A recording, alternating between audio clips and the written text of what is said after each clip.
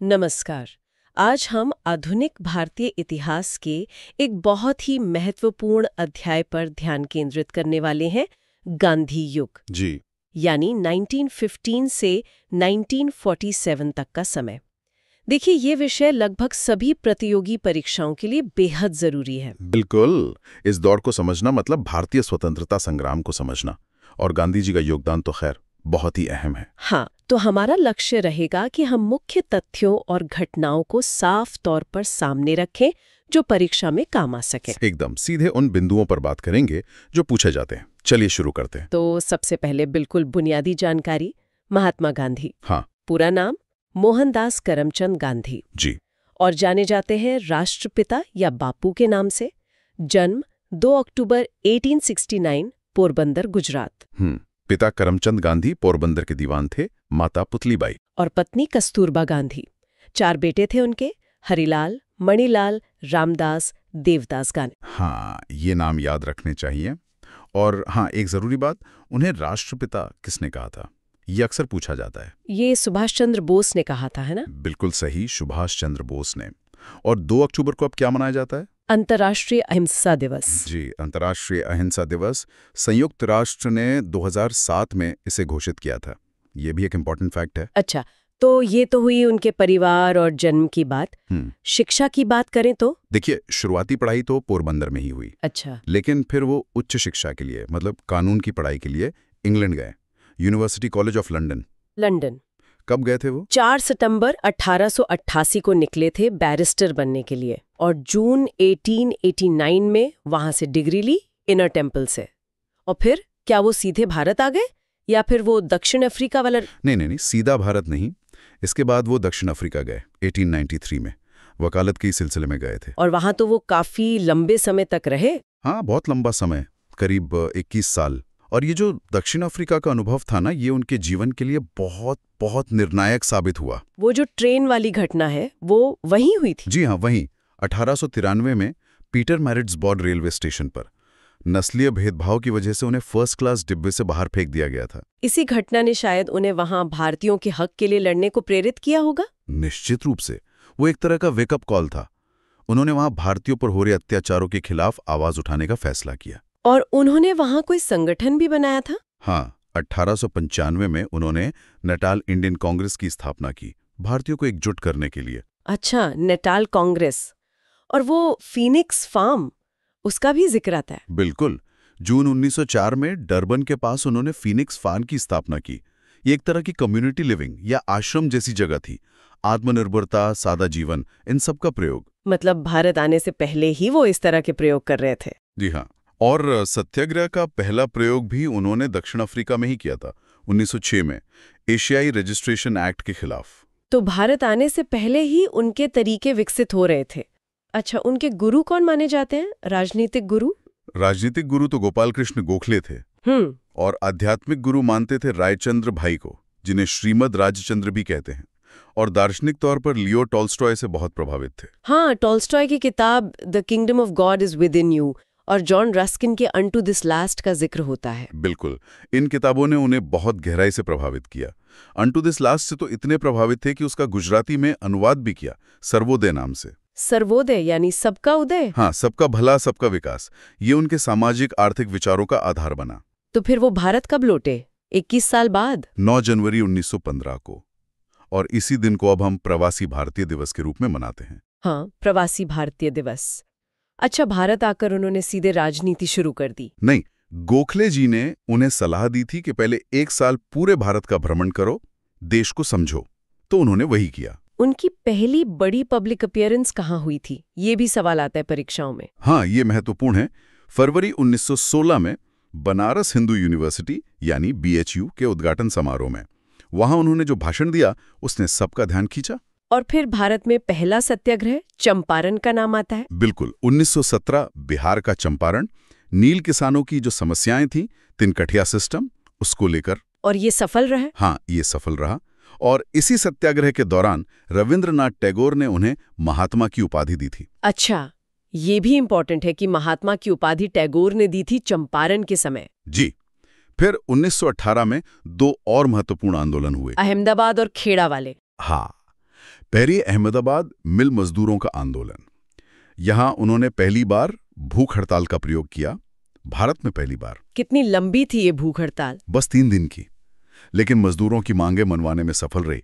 और फिर खेड़ा? हाँ, उसी साल 1918 में ही गुजरात के खेड़ा में फसल खराब हो गई थी और किसान लगान माफी चाहते थे। गांधी जी ने उनका साथ दिया, ये भी सफल रहा। तो ये शुरुआती सत्याग्रह थे जिन्होंने उनकी लीडरशिप को स्थापित किया। इसके बाद तो बड़े राष्ट्रीय आंदोलन शुरू हुए, असहयोग आंदोलन।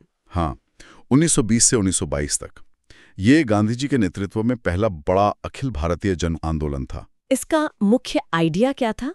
असहयोग का मतलब ब्रिटिश सरकार से किसी भी तरह का सहयोग ना करना, सरकारी नौकरियां छोड़ना, उपाधियां लौटाना, स्कूल, कॉलेज, अदालतें, विदेशी कपड़ों का बहिष्कार करना।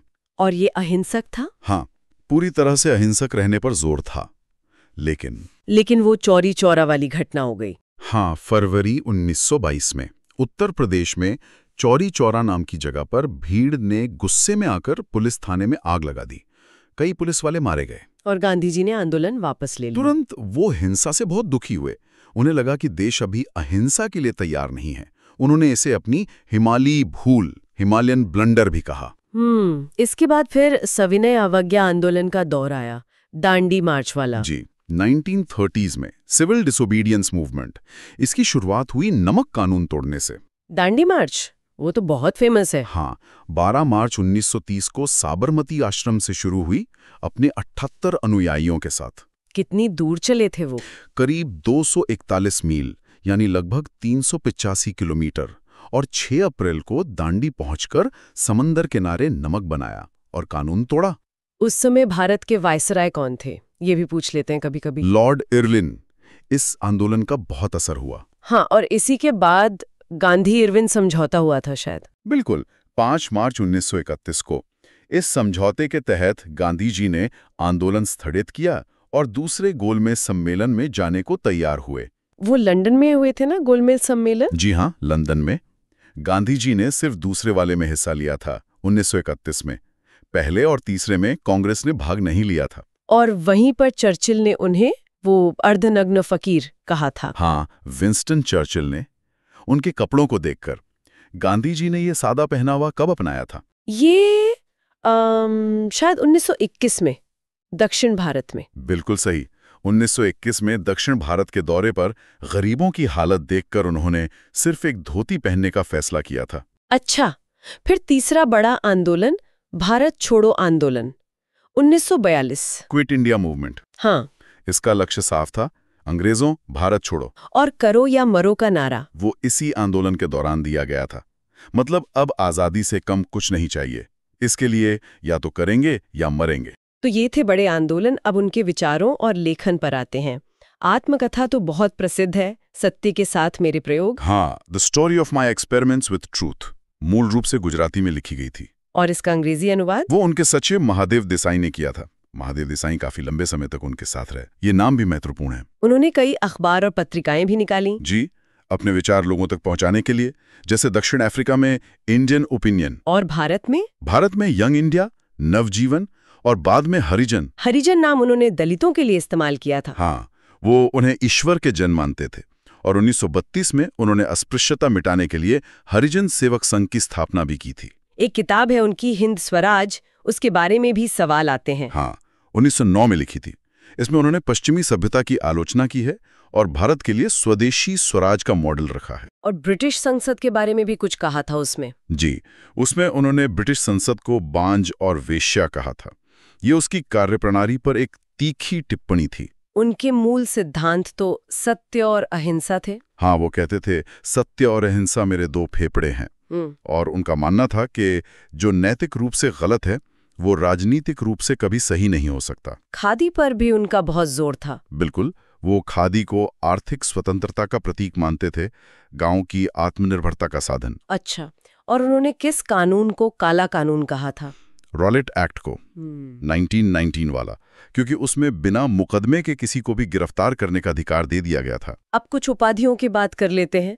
महात्मा तो टैगोर ने दी। जी। राष्ट्रपिता सुभाष चंद्र बोस ने। हाँ। अर्धनग्न फकीर चर्चिल ने। एक और उपाधि थी वन मैन बाउंड्री फोर्स। ये किसने दी थी? ये लॉर्ड माउंटबेटन ने दी थी। अच्छा, क्यों? 1947 में जब बंटवारे के वक्त दंगे भड़के हुए थे, खासकर बंगाल में, तो गांधी जी अकेले ही उन इलाकों में गए और शांति कायम करने की कोशिश की। उनके इस अकेले के दम पर इतना प्रभाव डालने की वजह से माउंटबेटन ने उन्हें ये कहा था। और ब्रिटिश सरकार ने भी उन्हें कोई उपाधि दी थी, केसरे हिंद। हाँ, दी थी। 1915 में लॉर्ड हार्डिंग ने दक्षिण अफ्रीका में बोर युद्ध के दौरान उनकी एम्बुलेंस सेवाओं के लिए, लेकिन उन्होंने वो लौटा दी थी। जी हाँ, 1920 में असहयोग आंदोलन शुरू करते समय जलियांवाला बाग नरसंहार के विरोध में कुछ और छोटे छोटे मगर महत्वपूर्ण तथ्य, जैसे कांग्रेस अधिवेशन की अध्यक्षता उन्होंने कब की?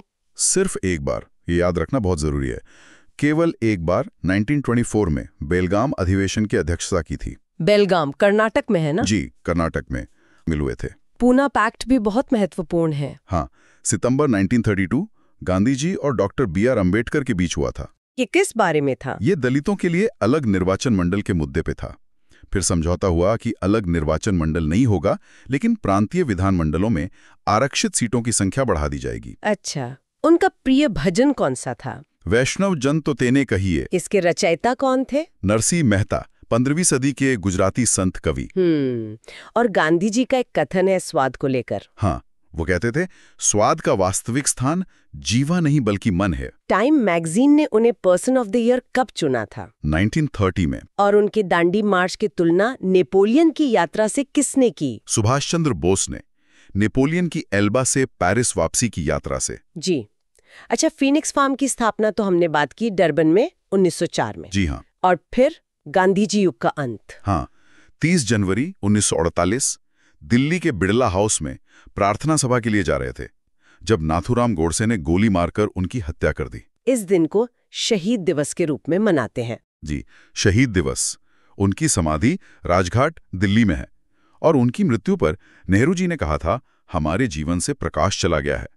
तो ये थी गांधी युग से जुड़ी कुछ बहुत ही खास जानकारी, जो परीक्षाओं के नजरिए से काफी अहम है।